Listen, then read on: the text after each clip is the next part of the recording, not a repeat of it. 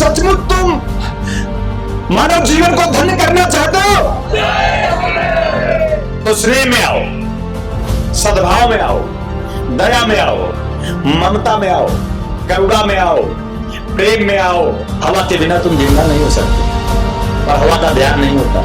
धरती के बिना तुम नहीं हो सकते और धरती का ध्यान नहीं होता।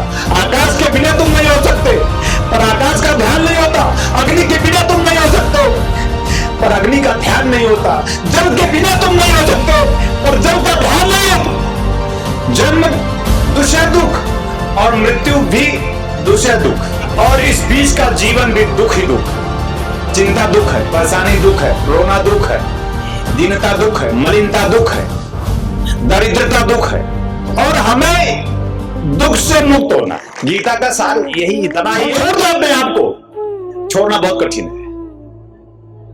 पूरी जिंदगी भर उनके साथ ही घूमते रहे थे और मित्र मानते रहे और सर्वोच्च धनुधर थे, श्रेष्ठ धनुधर थे। और जब गांडीव उठाकर चलाना हुआ, जब प्रत्यक्ष प्रमाण की जरूरत पड़ी तो गांडीव कांप गया। कलाएं तो है, ये कलाएं आपको संपूर्णता नहीं दे सकती। ये जरूरी नहीं कि आप किन्हीं कलाओं को, किन्हीं ज्ञान को, किसी भी प्रकार की कलाओं से निपुण होकर आप संपूर्ण हो जाएंगे कि आपके जीवन में भय नहीं होगा, आपके जीवन में दुख नहीं होगा, आपके जीवन में दरिद्रता नहीं होगी, आपके जीवन में रोग नहीं होगा और आप रोज रोज पल पल आप मरेंगे नहीं, चिंतित होगे नहीं, परेशान होगे नहीं, दुखी होगे नहीं। ऐसा हुआ आज तक नहीं। क्यों? क्योंकि आपके जीवन में कोई ऐसा गुरु नहीं अभी तक, आपके जीवन में ऐसी दीक्षा नहीं अभी तक कि आप इतने भरोसे के साथ बैठ सको और हर चुनौतियों का सामना मुकाबला कर सको और डट कर, निर्भीक होकर, एक शक्ति के साथ खड़े होकर। ये है विश्वास, मेरा गुरु है। ये जो मैं बोल रहा हूं आपको भरूंगा, भर रहा हूं, भर दूंगा। बस जरूरत है आपके प्यार की, आपके विश्वास की। अगर आप दे सकते हो, क्यों देना है? क्योंकि आपको जन्म जिस लिए मिला है उसकी सार्थकता सिद्ध करनी है। अपने जीवन की सार्थकता सिद्ध करोगे। क्या सचमुच तुम मानव जीवन को धन्य करना चाहते हो तो स्नेह में आओ, सद्भाव में आओ, दया में आओ, ममता में आओ, करुणा में आओ, प्रेम में आओ, हृदय में आओ, मेरे भाव में आओ, मेरी भाव में आओ। असीम है, अनंत है। वो तुम्हें हवायु के रूप में समेट लेना चाहता है तो तुम हर पल उसे भूले रहते हो। हवा के बिना तुम जिंदा नहीं हो सकते और हवा का ध्यान नहीं होता। धरती के बिना तुम नहीं हो सकते पर धरती का ध्यान नहीं होता। आकाश के बिना तुम नहीं हो सकते पर आकाश का ध्यान नहीं होता। अग्नि के बिना तुम नहीं हो सकते पर अग्नि का ध्यान नहीं होता। जल के बिना तुम नहीं हो सकते पर जल का ध्यान नहीं होता। क्योंकि तुम्हारे जीवन में कोई गुरु नहीं होता। गुरु होगा तो बोध होगा, गुरु होगा तो ध्यान होगा, गुरु होगा तो ही योग होगा, शिव और शक्ति का मिलन होगा। तब जब कोई गुरु होगा।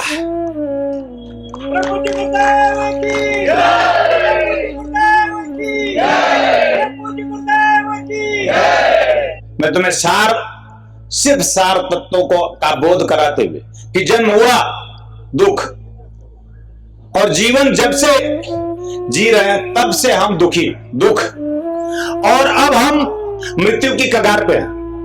कोई नहीं जानता कौन कब मर जाएगा। जन्म दुष्य दुख और मृत्यु भी दुष्य दुख और इस बीच का जीवन भी दुख ही दुख। चिंता दुख है, परेशानी दुख है, रोना दुख है, दीनता दुख है, मलिनता दुख है, दरिद्रता दुख है और हमें दुख से मुक्त होना है।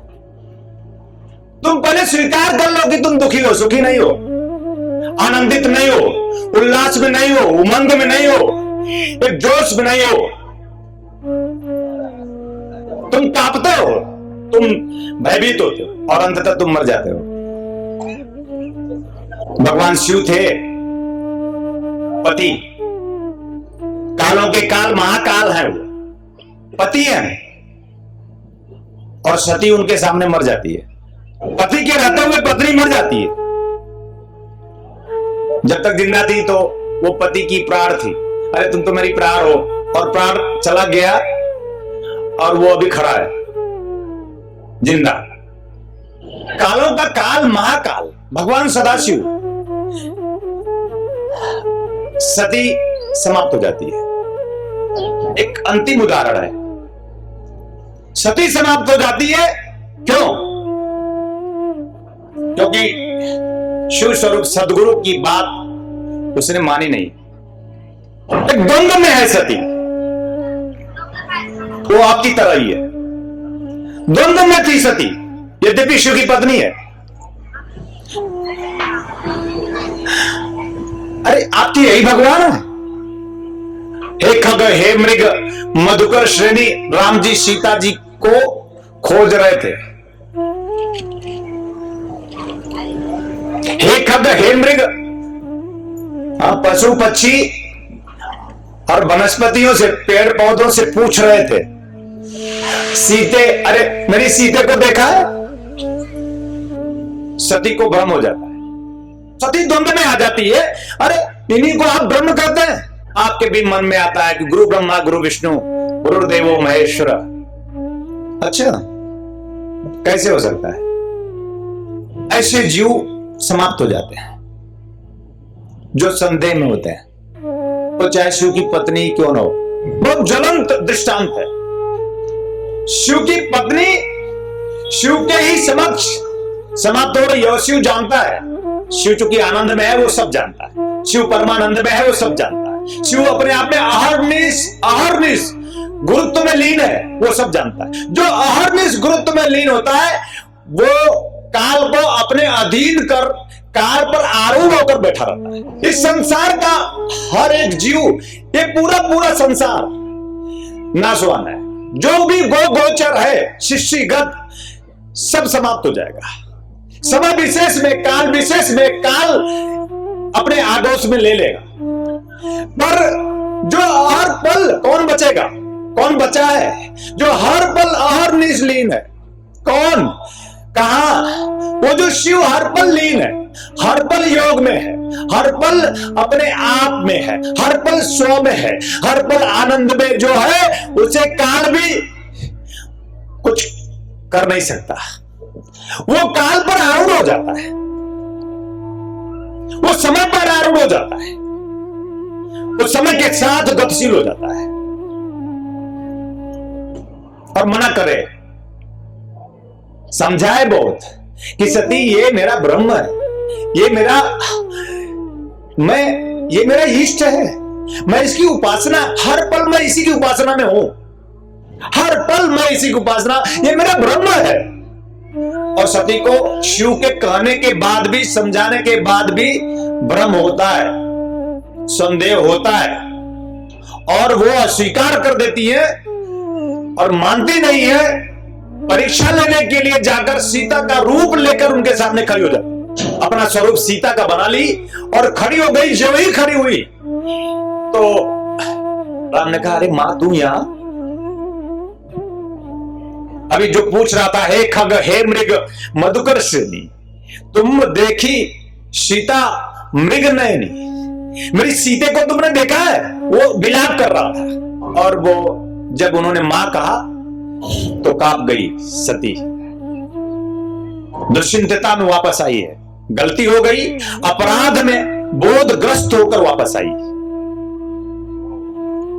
शिव ने पूछा, क्या हुआ, परीक्षा ले ली?